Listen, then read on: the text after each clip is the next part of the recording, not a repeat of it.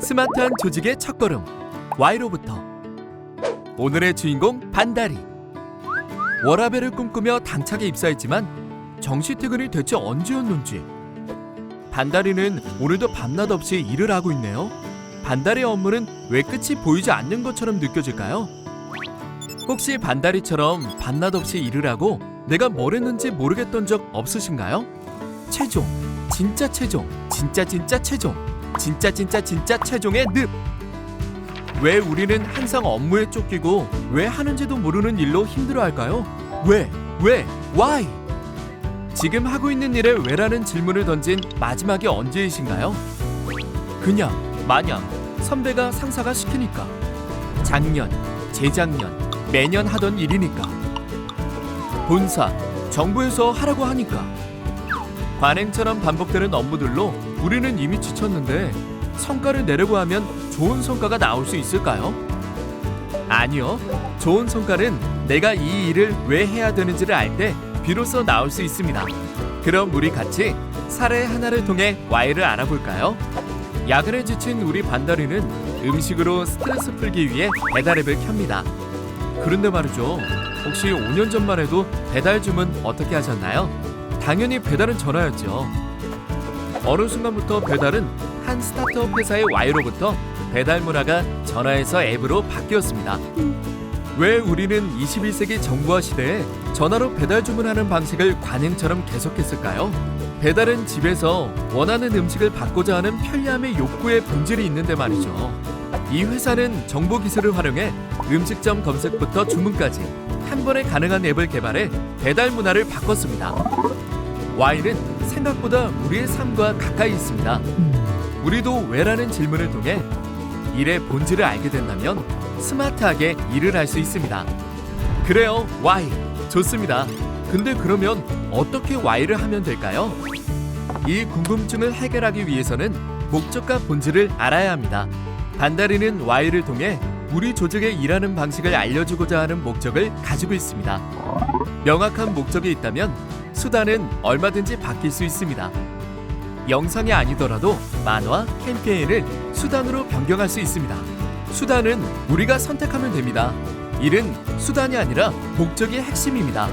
Why? 오늘은 이 정도 맛보기를 알아보고 다음 영상을 통해 좀 더 구체적으로 Why를 알아보도록 하겠습니다.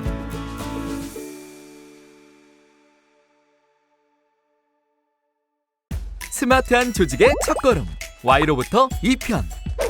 보고서와 사무소 소식의 단골 키워드, 드론, 딥러닝 등 과학기술을 이용한 과학적 공원 관리.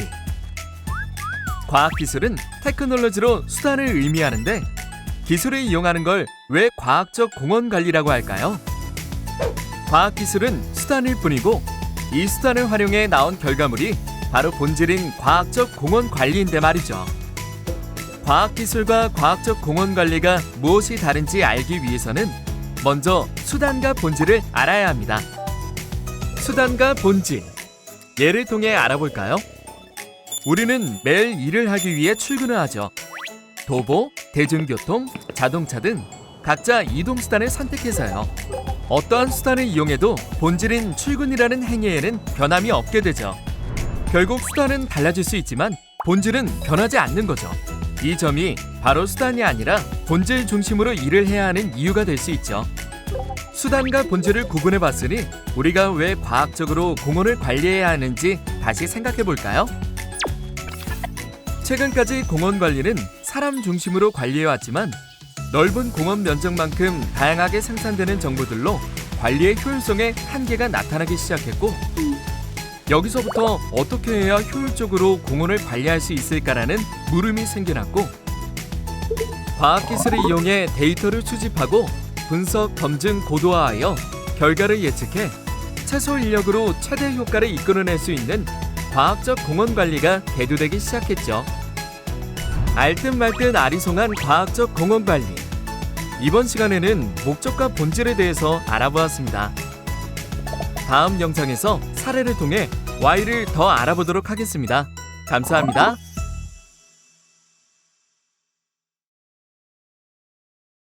스마트한 조직의 첫걸음 Y로부터 3편. 공원 인근에서 산불이 발생해 간밤에 진화를 마치고 피곤한 표정이 여력한 반다리는 혹시 모를 잔불 정리를 위해 듬진 펌프와 진화 장비를 챙기고 있는데, 꼬미는 뭘 하길래 앉아서 컴퓨터만 만지작 하고만 있는 걸까요?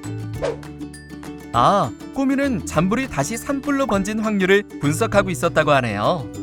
분석 결과 현재 토양 온도가 X도, 풍속이 X m/s이라서 불이 다시 날 확률이 낮아 최소 인력만 투입되면 된다고 하네요. 그걸 어떻게 알 수 있냐고 반다리가 묻습니다. 10년간 수집된 데이터를 분석해보니 토양 온도가 X도, 풍속이 X m/s 이상일 경우 잔불이 산불로 번진다는 예측값이 나왔다고 하네요. 마치 물이 100도에서 끓는 것처럼 잔불도 일정 기준 이상인 환경에서만 발생된다는 이론을 발견한 거죠. 결국 산불이 발생되는 환경이 아니니 우리는 최소 인력만 배치하면 되니 효율적인 인력 운영을 할 수 있게 되죠.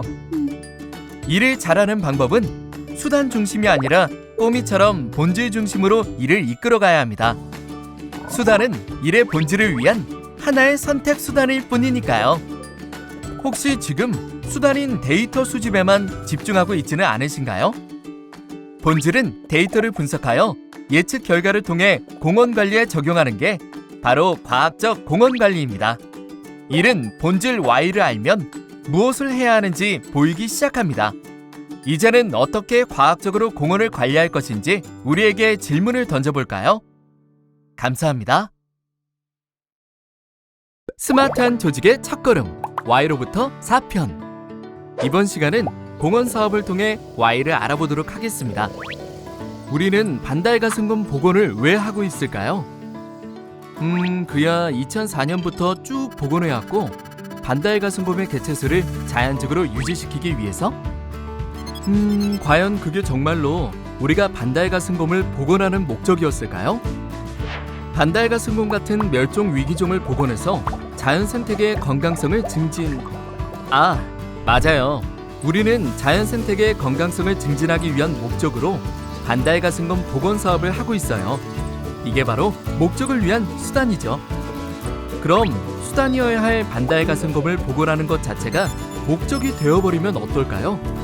반달가슴곰이 어느 지역에 분포하고 있는지, 개체수가 얼마나 증가할 것인지, 또 개체수가 왜 변동이 있는지 등 반달가슴곰의 개체수가 늘어나고 있는지에만 집중하게 되어버리지 않을까요? 그렇게 되면 우리는 자연 생태계의 건강성이 증진되고 있는지에는 관심이 없어지고 원래의 목적을 잊은 채 반달가슴곰 자체에 매달리게 될지도 모르죠. 수단도 중요하고 목적을 위해 바꿀 수 있지만 수단을 위해 목적을 바꿀 수는 없죠. 수단을 집중해버리면 버릴 수 없는 일이 되어버리고, 그런 일들이 쌓이면 업무량이 늘기만 하는 거죠. 목적인 Y는 일을 해야 하는 본질이 되는 거죠. 지금 하고 있는 일의 Y는 어떤 것들이 있는지 생각해 보도록 해요. 감사합니다.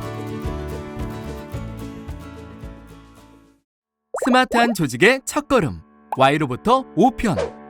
오늘은 Y의 마지막 시간으로 Y가 일의 목적에 맞게 달성되고 있는지 확인하는 과정의 필요성에 대해 간단하게 이야기해 보도록 하겠습니다. 우리의 Y, 자연 생태계의 건강성 증진.